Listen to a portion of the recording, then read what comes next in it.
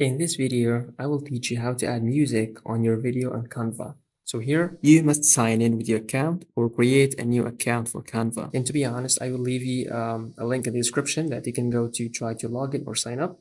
Just go to the link in the description down below to try to sign up to your account. I got the account already, so there's no need to log in once again.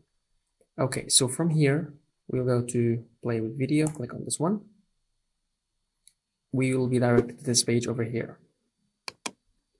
So in that page, we can go for a video that we can take from here as a sample or model. We can choose any video from here. So let's go for this one, for example, with pizza. And let's pick up this one here. So that's the video. The thing is, we would like to add music to this video. So go here and scroll down to audio, click on audio here. Now we got certain music. We got these with the crown icon. That means it's paid. It's for premium users.